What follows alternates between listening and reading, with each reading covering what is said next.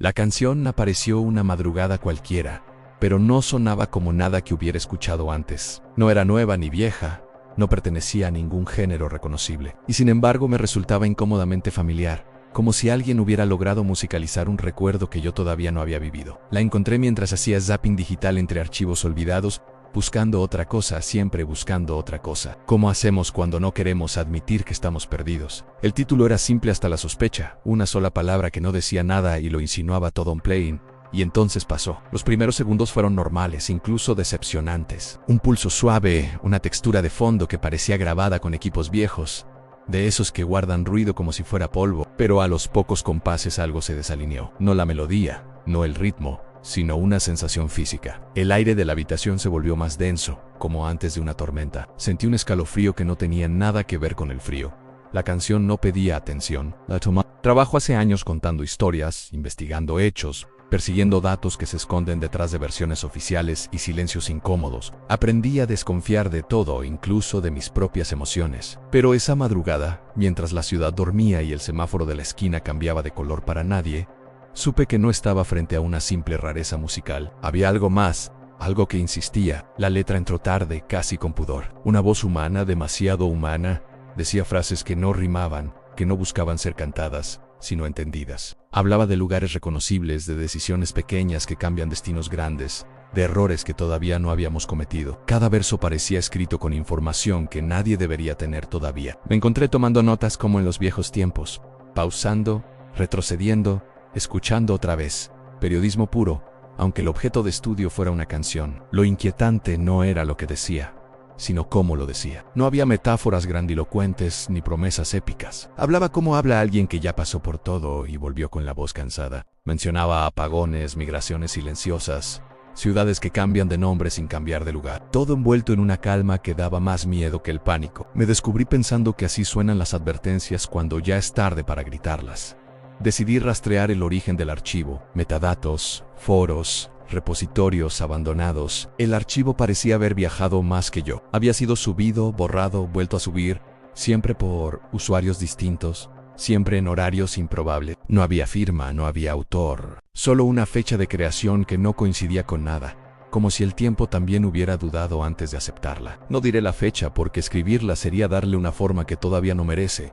Alcanzará con decir que no encajaba. Mientras avanzaba en la investigación, algo empezó a pasarme por dentro. La canción se me aparecía en momentos inesperados, tarareada por alguien en la calle, filtrada desde un auto que pasaba lento, como si el mundo hubiera decidido hacerme un eco. En una panadería, una radio vieja dejó escapar un fragmento idéntico durante unos segundos antes de volver a la programación habitual.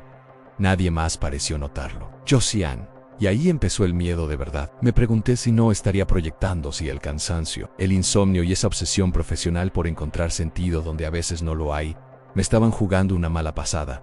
Pero entonces ocurrió el primer giro. Una línea de la canción, casi perdida entre sonidos, describía una escena mínima, una persona sola frente a una pantalla, dudando si seguir o apagar todo. Era exactamente lo que yo estaba haciendo en ese instante. No como metáfora, como descripción. Cerré la computadora. Abrí la ventana. La ciudad seguía ahí, real, indiferente. Sin embargo, algo se había desplazado. No en el mundo, sino en mi manera de mirarlo. La canción no era solo un mensaje, era una pregunta lanzada desde adelante, desde un lugar al que todavía no llegamos. Y yo acababa de aceptarla. Ahí entendí que esta historia no iba a tratar solo sobre música, ni sobre el futuro, ni siquiera sobre una investigación. Iba a tratar sobre nosotros, escuchando con atención o siguiendo de largo, como siempre. Y eso recién empezaba. Volví a encender la computadora cuando el amanecer empezó a desteñir la noche. Esa luz indecisa, ni azul ni dorada, siempre me pareció honesta. No promete nada, pero tampoco oculta. Pensé que si la canción tenía algo más para decir, ese era el momento. La reproduje de nuevo, esta vez con auriculares, como quien se confiesa a solas. Y ahí apareció lo que antes no había escuchado, o quizás no había querido escuchar. Entre capas de sonido, muy abajo, casi como un error de grabación, había voces, no coros, no ecos, conversaciones, fragmentos y diálogos cotidianos, superpuestos, desordenados, pero extrañamente coherentes. Alguien hablaba de una sequía que nadie había pronosticado. Otra voz discutía sobre cerrar fronteras que todavía estaban abiertas. Una risa nerviosa decía que no iba a pasar nada, que siempre exageramos. Reconocí ese tono. Lo había escuchado demasiadas veces en ruedas de prensa y sobre mesas familiares. Decidí aislar esas capas, Horas de edición, filtros, prueba y error. El trabajo meticuloso del periodista cuando ya no persigue titulares sino verdades incómodas. A medida que las voces se aclaraban, el estómago se me iba cerrando. No porque hablaran de catástrofes espectaculares, sino porque hablaban de decisiones normales. Voter o no voter, creer o no creer, salir o quedarse. Amar o post. El futuro, parecía decir la canción, no llega de golpe, se filtra en uno de esos fragmentos.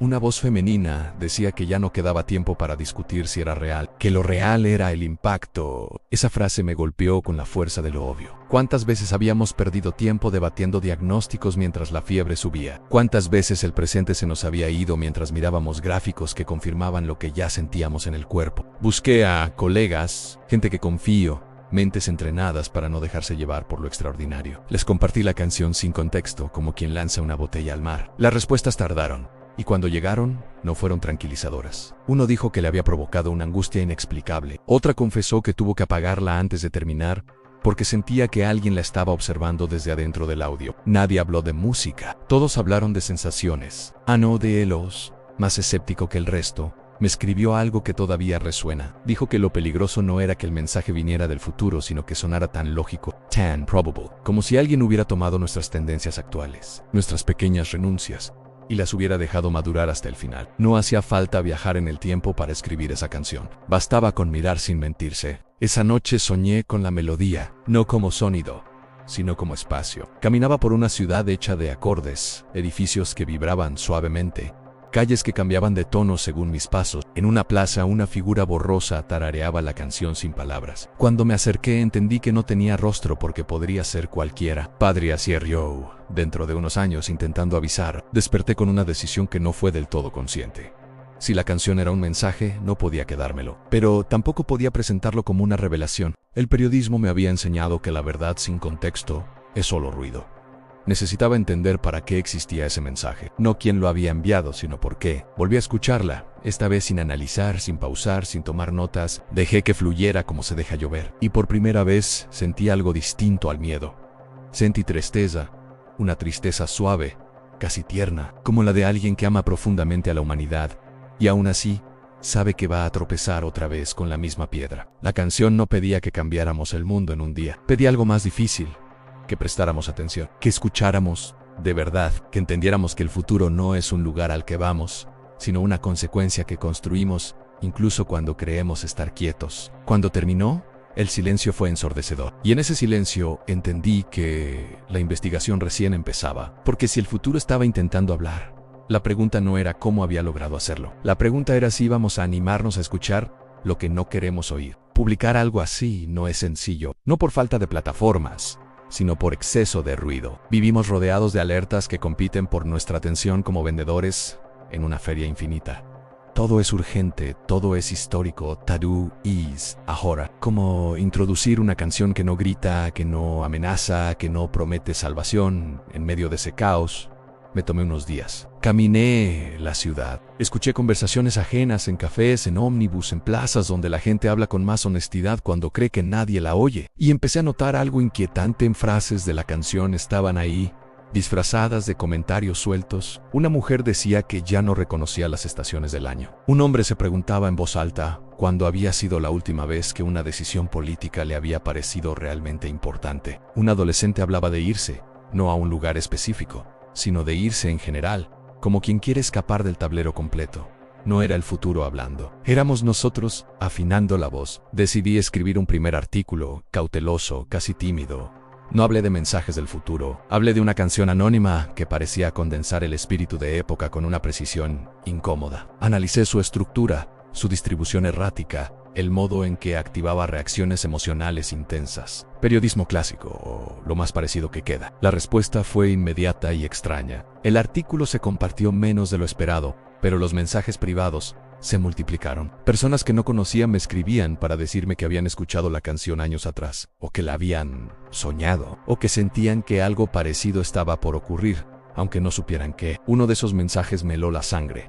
Era breve, casi descuidado. Decía que la canción no era un aviso sino un registro, que no había sido enviada hacia atrás para cambiar nada, sino para que quedara constancia de que alguien lo intentó. Leí esa frase muchas veces. Pensé en todas las veces que la historia se había escrito así, como una nota al margen, como una advertencia ignorada que solo cobra sentido cuando ya no sirve.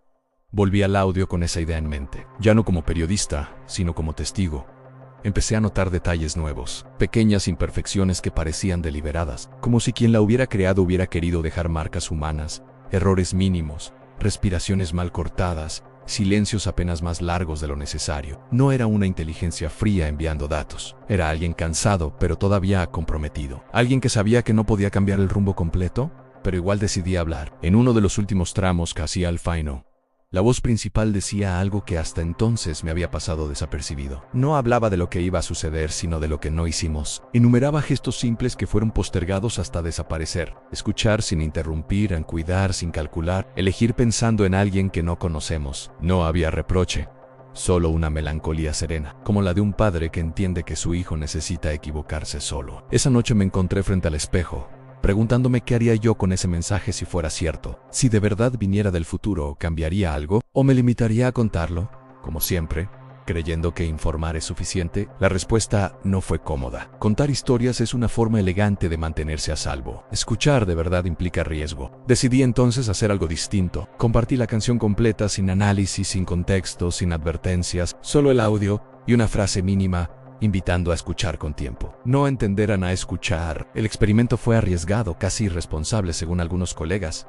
Pero ocurrió algo inesperado. La gente empezó a hablar entre sí, no sobre teorías, no sobre viajes en el tiempo, sino sobre decisiones personales, sobre miedos, sobre ganas postergadas. La canción funcionó como un espejo, no como una profecía. Ahí comprendí el giro final de esta parte de la historia. Tal vez el futuro no nos envió un mensaje para salvarse. Tal vez lo hizo para recordarnos que todavía éramos capaces de reconocernos. Y que mientras eso fuera posible, incluso el mañana más oscuro seguía teniendo una grieta por donde entrar la luz. Con el paso de los días, la canción dejó de ser noticia y empezó a convertirse en compañía. No en el sentido cómodo, sino en ese otro, más honesto, en el que algo te acompaña porque no te deja mirar para otro lado. Ya no la escuchaba para analizarla, sino para calibrarme, para ver que me hacía sentir hoy lo mismo que ayer, y que había cambiado.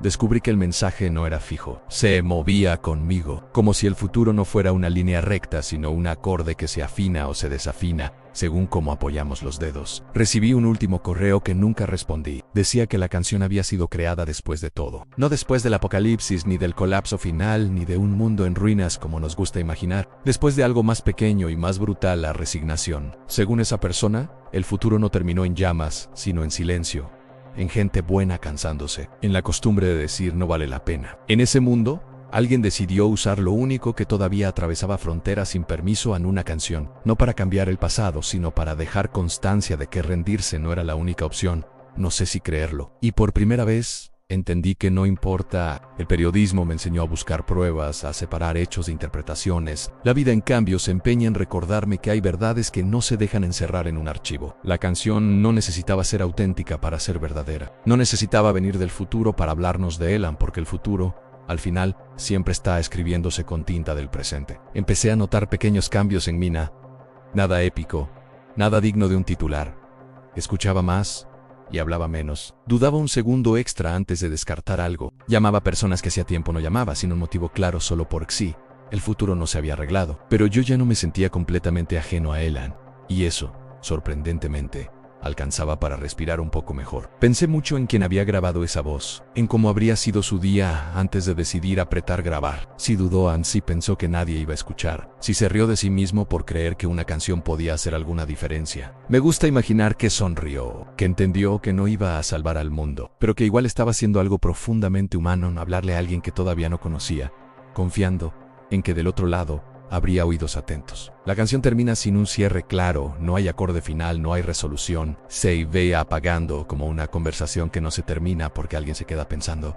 Durante mucho tiempo eso me incomodó. Ahora lo agradezco. El futuro no se cierra porque no nos pertenece del todo. Solo podemos empujarlo un poco, torcerlo apenas, con gestos que parecen insignificantes, hasta que los miramos en conjunto. Si este mensaje vino del futuro, no lo hizo para advertirnos de una fecha exacta, ni de un evento puntual. Vino para recordarnos algo más simple y más difícil, a que todavía estamos a tiempo de elegir cómo escuchar al otro. Escuchar lo que incomoda, escuchar lo que no confirma lo que ya creemos. El futuro no necesita héroes perfectos, necesita personas despiertas. Hoy, cada vez que vuelvo a escuchar la canción, ya no siento miedo. Siento responsabilidad. Esa que no aplasta, pero tampoco deja dormir del todo. La responsabilidad de saber que el mañana no aparece de golpe, sino que se cuela en cada decisión pequeña que tomamos cuando nadie nos está mirando. Y que quizás, solo quizás, alguien allá adelante está escuchando lo que hacemos ahora, tratando de entender en qué momento decidimos prestar atención. Si llegaste hasta acá, gracias. Gracias por escuchar con tiempo, en un mundo que siempre apura. Gracias por quedarte hasta el final de una historia que no promete respuestas fáciles, pero sí mejores preguntas. Si te gustó este viaje, te invito a suscribirte, a darle like y a seguir explorando juntos estos mensajes imposibles que, de alguna forma, siempre terminan hablándonos de nosotros. Porque el futuro todavía se está escribiendo, y esta vez sabemos que está escuchando.